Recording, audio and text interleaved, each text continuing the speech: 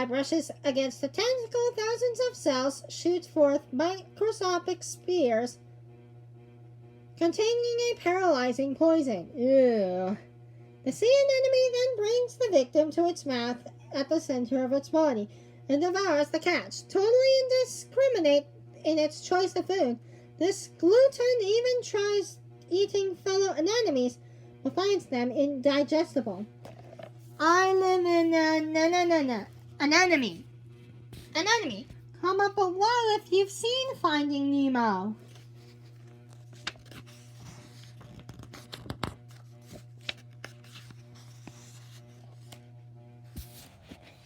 Moon jellies, a type of common jellyfish, lie attached to the underside of a rock in one stage of a process called strobilization. Resembling primitive plants, the long stalks, or strobili, are made up of connected rings, each destined to be a young moon jelly. As the outer segments fully formed and furnished with petal-like tentacles for gathering food, detach themselves. Each of the discs farther up the stalks is growing, flattening and preparing its turn to assume the star-like shape of a jellyfish. The free-floating moon jellies, called medusae, after the terrifying woman of Greek myth who had breathing snakes for hair, are most seen washed up beaches or lurking, milkily translucent in the waters offshore. See those moon jellies?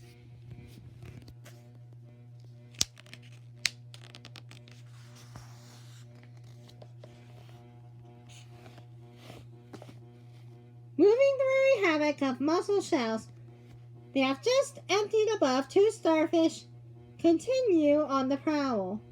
A close-up view of a starfish skin, right, shows that it is more than a mere covering for this formidable predator.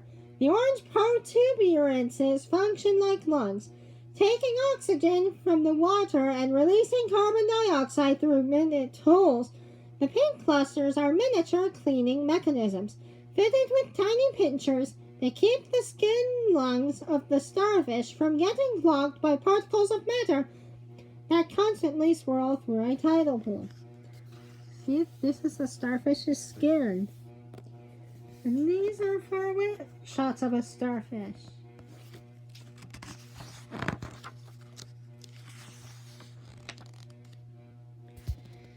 A sea urchin, close relative to the starfish, rests on an underwater rock above, secure in its hard, prickly shell.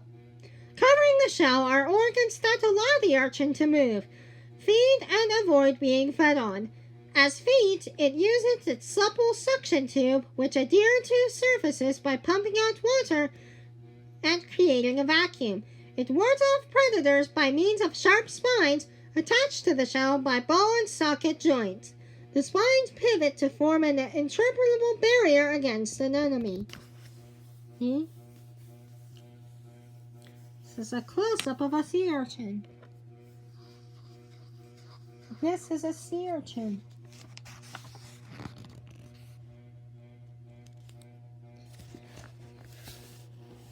Common as far north as central Maine, the green crab is small but mean.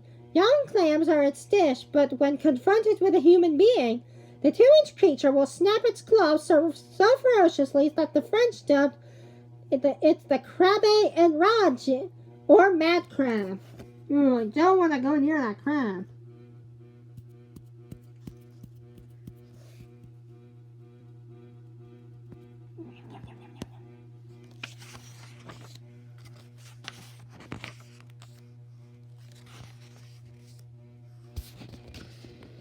The Atlantic cod lives mainly in the ocean deeps, where it prowls the bottom searching for food. A distinctive appendage, the barbel that protrudes from its lower chin, is a sensitive, fleshy feeler that aids feeding in muddy or dark water. Although the cod was once most the important fish caught off the northeast coast in the U.S., the U.S. catch in recent years has shrunk to a mere 12% of what it was in the peak year 1880. This is an Atlantic cod.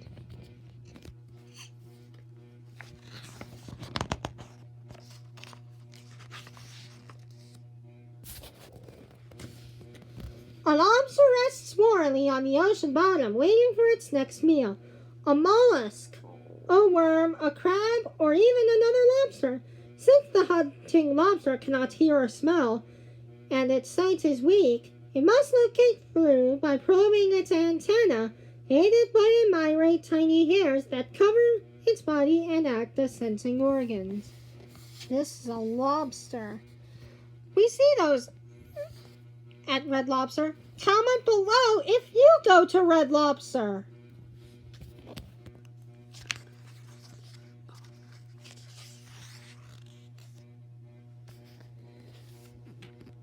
A certain New England lobsterman shows off two tools in his trade in a portrait made in the 1880s.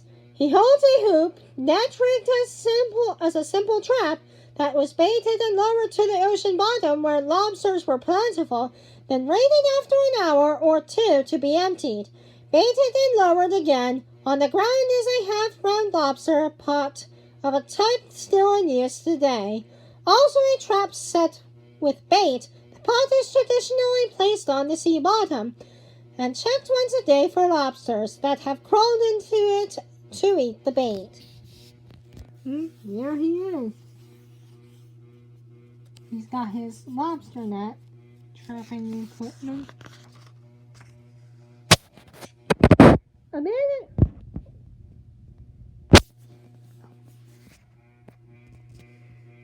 an organized clutter of spars, sails, bait tubs, and fish lines, the crew of a 50-foot fishing schooner awaits a fair wind that will carry her from home port on Prince Edward Island to cod grounds of Nova Scotia.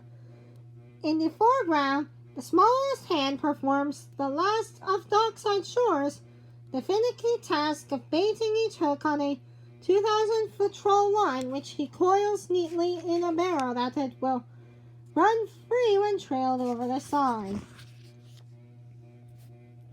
A day's fishing might consist of a dawn-to-dusk coastal foray aboard the boats at left, shown maneuvering off Miscou Island in the Gulf of St. Lawrence, or it might take place 200 miles from land.